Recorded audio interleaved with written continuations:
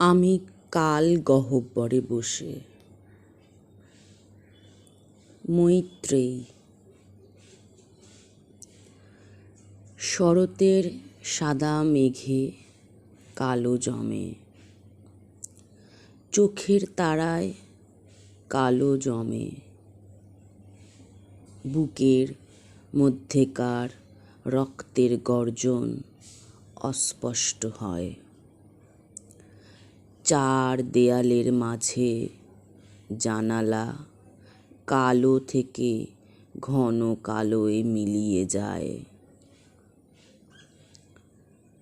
ছায়াহীন অন্ধকার সাঁতরে বলিরেখাময় তীরে বসে সময়ের অগুনতি ঢেউ গুনি।